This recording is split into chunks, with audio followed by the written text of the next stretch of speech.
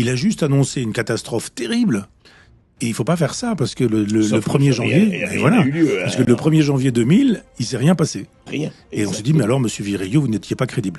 Or, le tort de Virilio, c'est d'avoir donné des chiffres, des dates, etc. Mais il avait raison sur le fond, cette espèce de grand réseau que nous avons fabriqué. Il suffit d'un embol, comme on dit en médecine, c'est-à-dire d'un caillot de sang qui se met là, ça s'arrête, et on se dit, tiens, ici, il y a quelqu'un qui a fait sauter juste un petit truc de rien du tout. Vous savez, il y a quelques petits terroristes qui font ça avec les TGV. Ils ont trouvé qu'il y avait un endroit en plein milieu de la campagne. Ça fait 1 mètre sur 2 mètres, et puis il y a un trou, là, et vous avez 3 ou 4 fils électriques, et vous mettez le feu dans ces 3 fils électriques, et vous paralysez un tiers de la circulation française. Donc, ça peut se faire, un acte malveillant oui, pour provoquer cela. Bien sûr. Ça veut dire qu'on ne sait pas encore... on saura, mais il y aura probablement plein d'hypothèses pour nous expliquer ce qui s'est passé.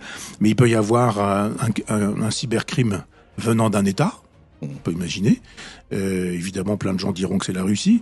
On peut imaginer un cybercrime venant d'individus qui, eux, ont juste envie de mettre le bazar et la pagaille.